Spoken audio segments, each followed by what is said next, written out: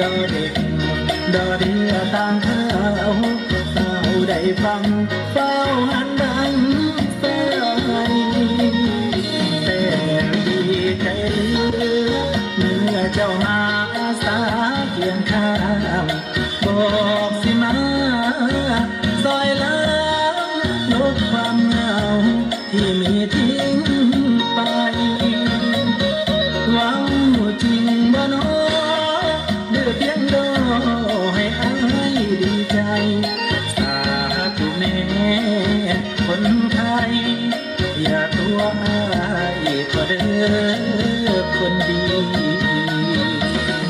ทำดีหรือว่าแค่มาโดดตัวให้หักเดียวบ่เห็นทิ้งอายไปหายเม็ดสีหากน้องจริงใจคือปากเบาก็คงสิดีย้อนว่าอายคนนี้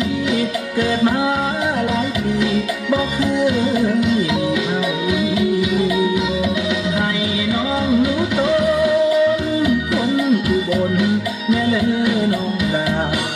ย้อนทั้งวาสนาอายเกิดมาลาบ่ลา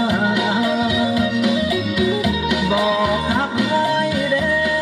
วให้หักทิ้งอย่าทิ้งอายไปอย่าให้อายต้องเสียใจ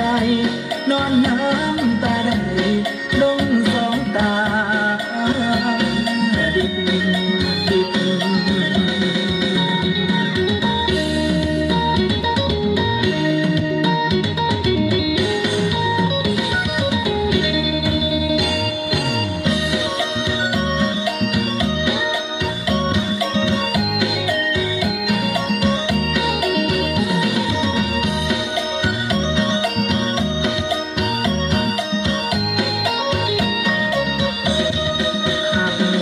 ดีหรือว่าแค่มาโดดตัวให้หักเดียวบ่เห็นทิ้งอายไปหายเม็ดสีหากน้องจริงใจคือปากเบาก็คงสิดีย้อนว่าอายคนนี้เกิดมาหลายปีบ่เคยให้น้องรู้ตนคนอุบลแม่เลอน้องดาย้อน